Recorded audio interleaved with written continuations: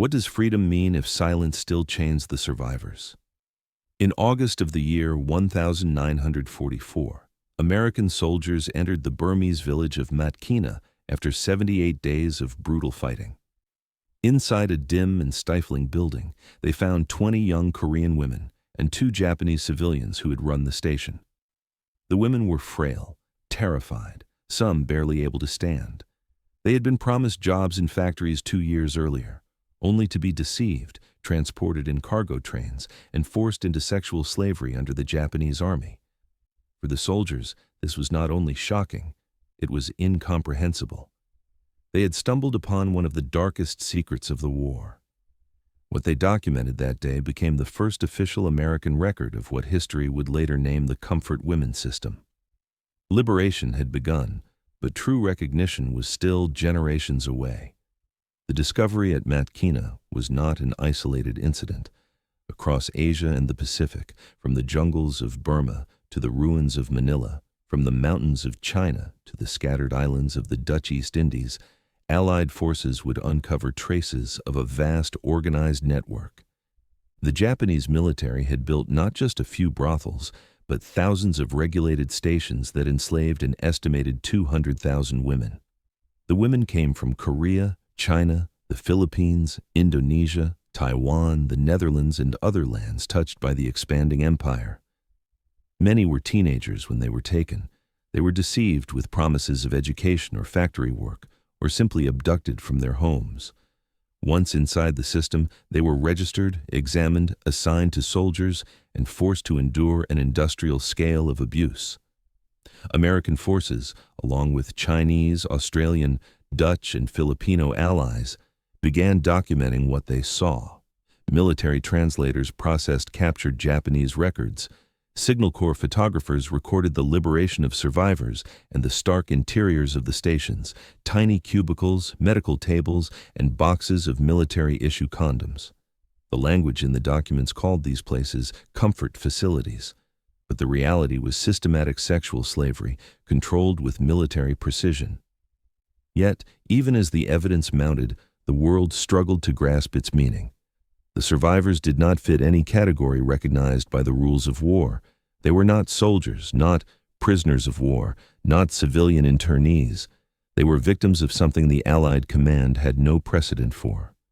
And so, when the war ended, their voices were left unheard. But the photographs, the reports, and the medical files remained.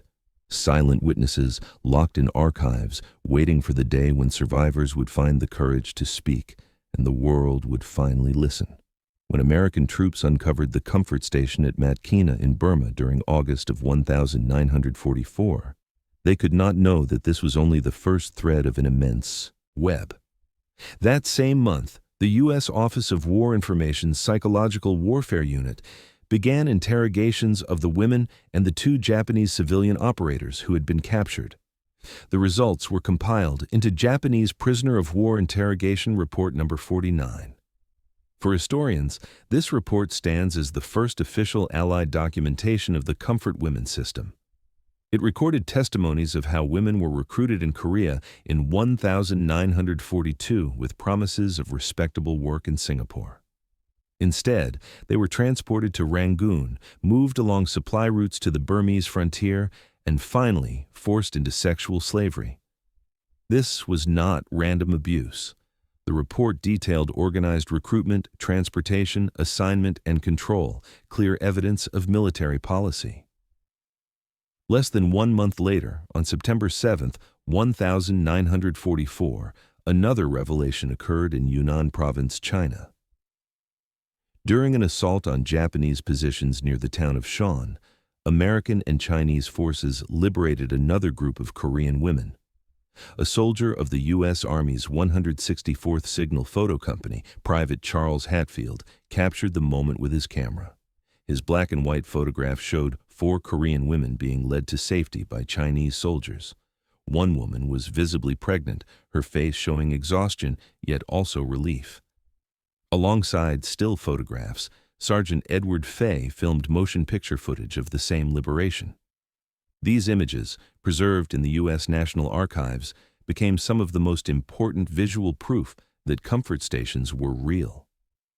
Decades later, the pregnant woman in the photo was identified as Park Young-sim, who would testify at the Women's International War Crimes Tribunal in Tokyo in the year 2000.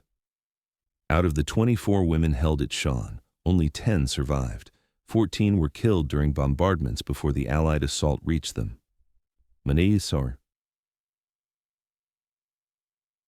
The translators and the hidden bureaucracy. To understand the machinery behind these stations, the Allied forces relied on This unit had been established on September 19, 1942, under the command of Colonel Sidney F. Mashbeer. By 1945, ATIS had grown to nearly 4,000 personnel, many of them Nisei, second-generation Japanese Americans, who used their language skills to process thousands of captured documents. Among these captured files were regulations from the Huayu Comfort Station in Nanjing, dated March 6, 1939. These regulations specified medical examinations at fixed intervals, fee structures based on rank, lower fees for privates, higher for non-commissioned officers, special arrangements for officers, operating hours usually from dusk until late night, mandatory condom requirements. These details might appear bureaucratic, but they revealed a system standardized across multiple locations. Other captured records showed military transport orders where women were shipped by army vessels or placed in freight cars marked as military supplies. Every transfer required paperwork, permissions, and official seals. Even as Japanese commanders tried to destroy incriminating evidence during their retreat, the bureaucracy they created left a trail. The language in these documents showed deliberate attempts to mask reality. Terms like special service personnel referred to enslaved women. Amenities meant forced sexual labor. Medical treatment often referred to forced abortions. By classifying comfort stations under categories like amusement facilities or licensed brothels, the Japanese military obscured their criminal nature. For the women, this linguistic camouflage meant that even when Allied forces liberated them, they often fell through bureaucratic cracks. They were not registered as prisoners of war, nor as civilian internees, nor as official military personnel. They existed outside recognized categories, which contributed to their invisibility in the immediate post-war years. The clearest evidence of both scale and system emerged when American forces returned to the Philippines between October 1944 and July 1945. As the 1st Cavalry Division entered Manila on February 3, 1945, they encountered not only thousands of civilian internees at Santo Tomas University, but also entire districts that had operated as comfort stations. Records from the Supreme Commander for the Allied powers later listed 12 comfort stations and 5 brothels in Manila alone. Other discoveries included stations in Bayambong in northern Luzon, in Masbate in the Visayas, in Iloilo on Panay Island, in Tacloban on Leyte, and in Mindanao cities such as Davao and Cagayan. Numbers varied from 10 to 16 women per station, often a mix of Korean, Chinese, and Filipino women. Financial records captured at Japanese 14th Area Army Headquarters revealed the economic exploitation behind the system. Women were charged for food, clothing, and even medical treatment. Their earnings never reached them directly. Payments were deducted, recorded, and controlled by military paymasters. Ledgers showed clear rank-based pricing, 2 yen for a private, 3 yen for a non-commissioned officer, while officers had different arrangements. Debt bondage ensured women remained trapped. Among those freed in the Philippines was Maria Rosa Luna Henson, born December 5, 1927. Her ordeal had begun in February 1942, when, at age 14, she was first assaulted by Japanese soldiers. In April 1943, she was forced into comfort service for 9 months. She was eventually rescued by Filipino guerrillas, cooperating with American forces in January 1944. Yet, Henson remained silent for nearly 50 years. It was only in 1992 that she publicly testified, becoming the first Filipina to speak about her experience. Her courage encouraged others, and she later received compensation through the Asian Women's Fund. Her voice confirmed what the military records had already suggested, that the system was designed to control, exploit, and silence women across occupied territories. By the end of the war, the collection of evidence was massive. Reports, photographs, medical records, financial ledgers, and transportation documents had accumulated across archives. The bureaucratic detail was almost obsessive, yet it served a grim purpose. It proved beyond doubt that this was not excess by rogue units, but an institutional policy of the Japanese military. For decades, much of this evidence remained classified.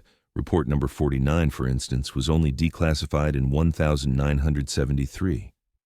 During that silence, survivors carried their memories alone, their trauma unrecognized, while the world spoke of liberation without acknowledging those who had been freed, but never truly heard. As American forces pushed deeper into Asia, what they found was not the end of an isolated horror, but the unveiling of a vast industrialized network of suffering. From Manila to Okinawa, from Burma to Java, the scale of the comfort women system shocked even seasoned soldiers. And still, the truth would take decades to surface in full. When American forces returned to the Philippines during late 1944, they were not only confronting one of the fiercest battlegrounds of the Pacific, but also uncovering one of the most widespread comfort women networks of the war. Manila, once called the Pearl of the Orient, had been transformed by 3 years of occupation. Districts in Malate, Binondo, and Quiapo were filled with converted houses and dormitories that operated as comfort stations. Records revealed 12 official comfort stations and 5 brothels in Manila alone. Outside the capital, stations dotted the islands: Bayambong in northern Luzon, Masbate in the Visayas, Iloilo on Panay Island with 2 facilities housing up to 16 women each, Tacloban on Leyte with 9 Filipino women, and Davao on Mindanao with a network of 3 separate stations. The women were not only Korean or Chinese. In Tacloban and Mindanao, many were Filipino teenagers taken from rural villages. The Japanese military maintained ledgers that tracked the fees paid by soldiers with strict distinctions by rank: 2 yen for privates, 3 for non-commissioned officers, and special arrangements for officers. Women were never given money directly. Instead, they were charged for food, clothing, and medical treatment, debts that ensured endless bondage. The liberation of these women was often chaotic. During the month-long Battle of Manila that ended in March 1945, civilians poured out of hiding places as fires consumed whole neighborhoods. American troops of the 37th Infantry Division discovered comfort stations while engaged in urban combat. Survivors emerged weak, malnourished, and ashamed, fearing rejection by their families even as they were freed. Okinawa, the island of 145 stations. If Manila shocked American forces, the invasion of Okinawa beginning April 1, 1945, revealed something far beyond comprehension. Intelligence reports had suggested a few stations might exist. Instead, they found a staggering 145 comfort stations across an island only 70 miles long. The 1st and 6th Marine Divisions, pushing through fierce Japanese defenses, encountered comfort stations in nearly every major town. Naha, the capital, contained at least 17 separate facilities. In Shuri, Marines discovered caves where Korean women had been hidden by Japanese troops. These women had been told that Americans would torture or even eat them if captured. Some had been given grenades in order to commit suicide. Terrified, many tried to hide from their liberators, unable to believe that freedom was real. Reports from military intelligence revealed heartbreaking details. Duty rosters documented women forced to service 30 to 40 men per day. Medical records showed widespread venereal disease, forced abortions, and even sterilization procedures. The documents revealed a racial hierarchy: Korean women classified as Class A, Chinese as Class B, Southeast Asian women as Class C. Officers had exclusive stations with fewer women, but those women endured more severe abuse. The scale of bureaucratic paperwork on Okinawa was overwhelming. ATIS deployed 3 full translation teams to process thousands of captured documents. Payment ledgers, transport orders, medical schedules all revealed that this was not random exploitation, but a military system integrated into daily operations. The Dutch East Indies. European women enslaved. Perhaps the most startling discovery for Allied troops came in the Dutch East Indies. Here, they found not only Asian women, but also European civilians forced into the system. Among them was John Ruffo Hearn, born in Java in 1923. At 21 years old, she was taken with 9 other Dutch women from an internment camp at Ambarawa in February 1944. They were forced into a brothel in Semarang for 4 months before being transferred to Batavia, where they were liberated after Japan's surrender on August 15, 1945. For decades, Ruffo Hearn remained silent, fearing stigma. In 1994, she published her memoir 50 Years of Silence, finally sharing her story with the Yansat world. Later, in 2007, she testified before the U.S. Congress, her voice trembling yet firm as she described systematic sexual slavery. The Dutch colonial authorities initially tried to suppress these cases, sealing records to protect the women's honor. But survivors remembered. In one trial known as the Semarang case, Dutch courts sentenced Major Okada and other Japanese officers for forcing 35 Dutch women into comfort stations. This became one of the rare war crimes trials to recognize sexual slavery. Australian and British troops also documented.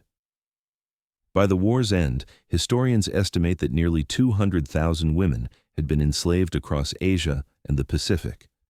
The geographic spread was staggering. From China and Korea to Burma and the Philippines, from Taiwan and Okinawa to Java, Sumatra, and Borneo, from Malaysia and Thailand to Hong Kong and French Indochina. Demographic studies later revealed the breakdown. Approximately 51% were Korean, 36% Chinese, 12% Japanese, with the rest from the Philippines, Indonesia, Taiwan, Burma, the Netherlands, and even Australia. This was sexual slavery industrialized, designed to serve the military machine of Imperial Japan. The military issued establishment orders, regional staff officers managed logistics, local military police enforced rules, and doctors carried out examinations. Nothing was left to chance. The invisible front of World War II. In traditional histories of W2, battles like Iwo Jima, Midway, or Normandy dominate the narrative. Yet alongside these famous campaigns existed a hidden front, one fought on the bodies of women. The comfort women system was not an accidental byproduct of war. It was a deliberate military policy. From Manila's burning streets to Okinawa's caves, from the tropical forests of Burma to the occupied cities of Java, American and Allied soldiers confronted evidence of a vast empire of exploitation. They took photographs, translated ledgers, and filed reports. At the time, perhaps they did not grasp the full significance, but decades later, those fragments became irrefutable proof. Even as the Allies documented the system's vast reach, the end of the war brought silence. Survivors were left unrecognized, archives were sealed, and justice was denied. It would take nearly half a century before voices long silenced would rise and demand to be heard. The silence after the guns fell silent. When the guns of WW2 finally ceased on August 15, 1945, millions celebrated liberation. Cities rang with church bells, soldiers embraced strangers, and the world spoke of peace. But for the women liberated from comfort stations, freedom was far less clear. Unlike prisoners of war or civilian internees, comfort women were not recognized in official categories. They were neither soldiers nor civilians in the eyes of military authorities. This ambiguity meant they were excluded from repatriation lists, denied specialized medical care, and absent from the compensation programs established after the war. Many returned home carrying shame, illness, or permanent injuries. Others never returned at all, either marrying locally, remaining displaced, or hiding their past. For decades, their suffering remained invisible, buried beneath cultural taboos and political expedients. In Confucian societies like Korea and China, women who had been raped were seen as dishonored. Families often preferred to believe daughters had died rather than accept them back with such stigma. In Catholic Philippines, survivors faced social ostracism. In Indonesia and other Muslim communities, similar barriers silenced victims. The failure of international justice. The International Military Tribunal for the Far East, also known as the Tokyo Trials, operated from April 29, 1946 to November 12, 1948. 419 witnesses testified, and more than 4,000 exhibits were presented. Yet the final judgment made only a single direct reference to forced prostitution. The one reference concerned the city of Guilin in China, where Japanese forces had tricked women with promises of factory work and then forced them into sexual slavery. Beyond this, silence prevailed. Comfort women were not seen as central to the prosecution's case. The task of addressing these crimes fell instead to smaller courts. The most notable was the Batavia Temporary Court-Martial in the Dutch East Indies. Between August 1946 and December 1949, this court tried 171 cases, 4 of which focused on forced prostitution. The Semarang case, concluded on February 14, 1948, sentenced Major Okada to death and 11 others to prison terms for forcing Dutch women into comfort stations. This was one of the rare moments when justice was explicitly applied, but most survivors never saw justice. Documents discovered decades later revealed that Allied investigators had evidence of military-run brothels in China, Indochina, and Indonesia. These documents sat in archives unprosecuted for more than 60 years. The silence was not due to ignorance, but to a decision that sexual slavery was not a priority compared to other crimes of war. Survivors break the silence. For nearly half a century, comfort women remained hidden victims. Then, on August 14, 1991, a Korean woman named Kim Hak-soon stepped forward. At a press conference in Seoul, she declared publicly that she had been a comfort woman. Her courage shattered decades of silence. Kim Hak-soon's testimony opened the door for others. In 1992, Maria Rosa Henson of the Philippines followed, recounting her story of abduction at age 14, repeated assaults, and eventual rescue by guerrillas. In 1994, John Ruffo Hearn published 50 Years of Silence, documenting her ordeal in Java. Each testimony carried weight because it matched the archival evidence that Allied soldiers had collected during the war. The reports, photographs, and medical records, long dismissed as curiosities, suddenly found human voices to give them meaning. The Tribunal of Memory. In December of the year 2000, an unprecedented event took place in Tokyo, the Women's International War Crimes Tribunal. This was not an official court, but a people's tribunal, organized by activists, lawyers, and historians. 64 survivors from 8 countries testified, describing their captivity, abuse, and lifelong trauma.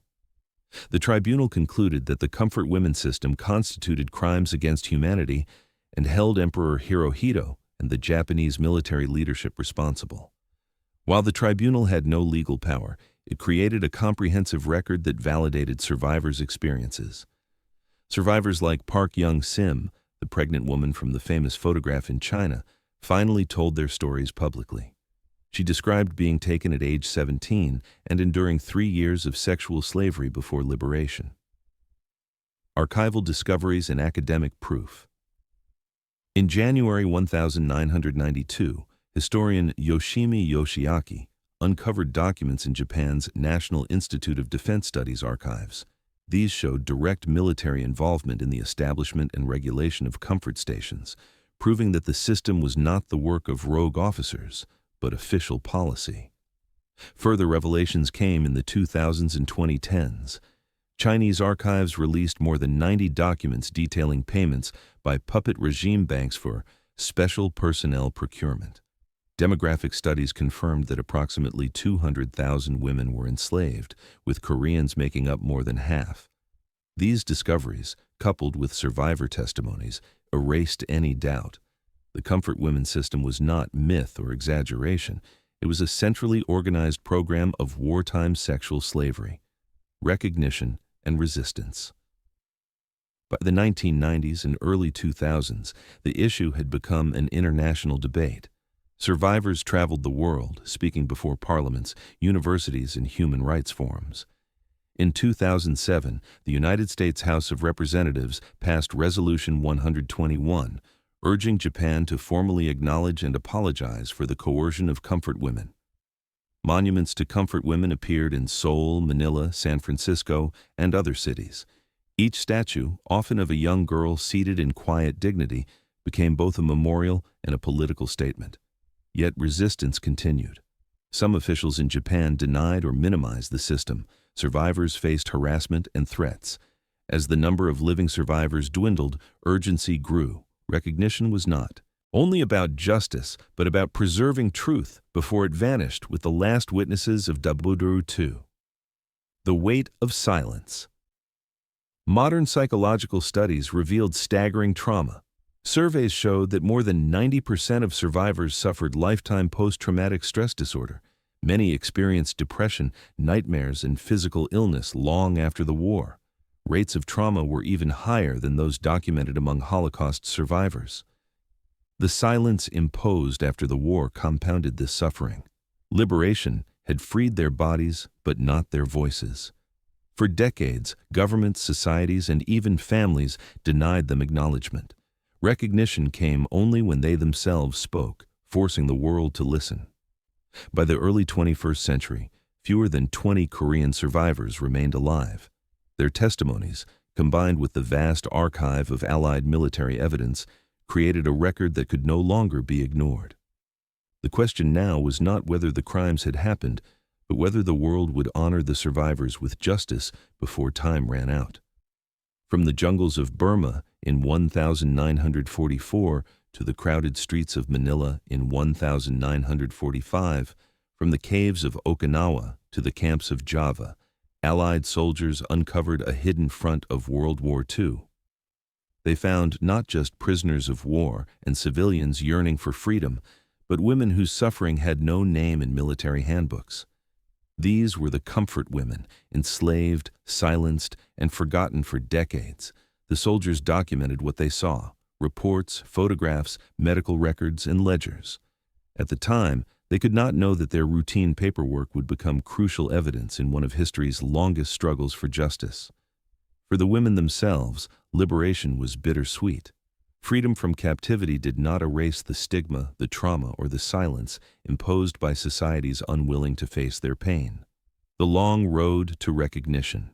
It would take nearly a half a century before survivors like Kim Hak-soon, Maria Rosa Henson, Jan Ruff O'Hearn, and Park Young-sim broke the silence. Their testimonies gave voice to the photographs, reports, and regulations preserved in archives. Together, testimony and evidence formed an undeniable truth. The comfort women system was not an accident of war, but an official policy, executed with military precision and bureaucratic efficiency. Yet, justice lagged. The Tokyo trials brushed the issue aside. Governments sealed records, societies looked away, and survivors carried their pain in isolation. Recognition came only when survivors demanded it, forcing the world to confront what had long been hidden. The lessons for our time. The story of the comfort women is more than a tale of wartime atrocity. It is a lesson about freedom, justice, and memory. Liberation does not end with the opening of prison doors. True freedom requires acknowledgement, healing, and dignity restored.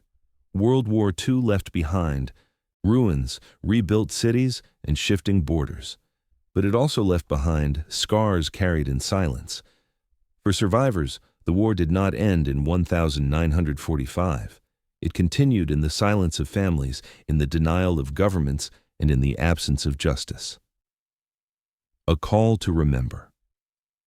Today, as fewer than 20 Korean survivors remain alive, the responsibility falls to us. Their voices, paired with the evidence left by American soldiers, demand remembrance. Comfort women statues around the world stand not only as memorials, but as promises that their suffering will not be forgotten, that silence will not win. World War II was a conflict of tanks and planes, of generals and battles, but it was also a war fought on the bodies of women. World War II was not only about victory, but about the moral duty to confront truths too long denied. World War II teaches us that liberation without recognition is incomplete, and justice delayed is justice denied. If this story moved something in your heart, do not let it fade. Like, share, and speak, because they hid this history for too long. Now it is our duty to speak it out loud. The survivors carried their pain for generations. We must carry their truth into the future. It is time for peace to be restored. History is too often remembered through the clash of armies, the roar of artillery, and the signing of treaties by men in positions of power. We are taught to recall the names of generals, the dates of decisive battles, and the shifting of borders that redrew the map of the world. Yet history also lives in the quiet corners, in the hidden wounds of those whose names never appeared in newspapers. The comfort women of World War II carried one of its darkest legacies. For nearly 5 decades, their stories were buried beneath silence. That silence was not emptiness, it was heavy. It pressed on their hearts, stalked their dreams, and shaped their lives long after the war had ended. When Kim Hak-soon broke that silence in 1991, the world was forced to listen to what it had long chosen to ignore. Her voice was trembling yet unbroken as she told her truth. Soon, others followed. In the Philippines, Maria Rosa Henson recounted how she was only 14 when her childhood was stolen. In the Netherlands, John Ruff O'Hearn revealed her story in her memoir, 50 Years of Silence. In each testimony, the silence cracked wider until the voices of the survivors rose together, echoing across nations and languages. Their testimonies gave life to the evidence that had been preserved by Allied soldiers decades earlier. The interrogation reports, the photographs taken by Signal Corps units, the ledgers of transactions, the captured regulations, documents once buried in archives, now stood as confirmation of every survivor's words. The voices of the living and the records of the past merged into one undeniable truth. But truth alone was not enough. For too long, governments turned away. Courts dismissed their cases. Entire societies struggled with the stigma of shame. Liberation had freed their bodies, but silence still held their spirits captive. It was only when survivors themselves refused to be silenced any longer that the world began to reckon with their suffering. The legacy of World War II cannot be measured only by victories in battle or the collapse of empires. It must also be measured by how we honor those who suffered in ways too often overlooked. Comfort women remind us that freedom is not complete without recognition. Justice delayed is justice denied. Dignity denied is freedom unfinished. Today, as the survivors grow fewer with each passing year, the responsibility rests with us. Every lost survivor is another library of memory extinguished. If we do not speak their names, if we do not tell their stories, their truth risks fading once more into the silence that almost erased them. To forget them would be to betray them again. To remember them is to honor not only their pain but also their resilience and courage. In remembering, we resist erasure. In speaking, we fight denial. In honoring them, we vow that never again will silence bury the truth of the powerless. Their legacy is not only one of suffering, but also one of endurance, one of testimony that transformed hidden agony into a record of justice. Let their voices echo beyond the confines of history books. Let their truth shape how we define justice in our own time. And let us carry their memory forward as a living promise that no victim of war shall ever again be left to suffer in silence.